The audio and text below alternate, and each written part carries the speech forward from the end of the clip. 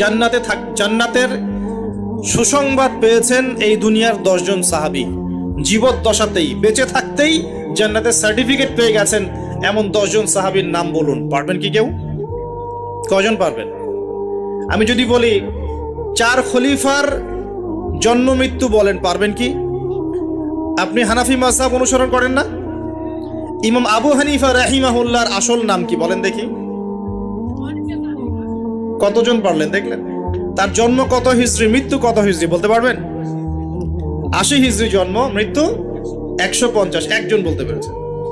দেখেন, বেসিক ঈমান ভঙ্গের কারণ কয়টা জানেন? ঈমান ভঙ্গের 10টা কারণ আছে, কে বলতে পারবে?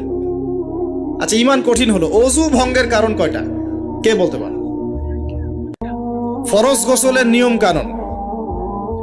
তো বেসিক কিছু প্রশ্নের উত্তর কিন্তু আমরা বলতে পারি না। আল কোরআনে আল্লাহ পাক কতজন নবী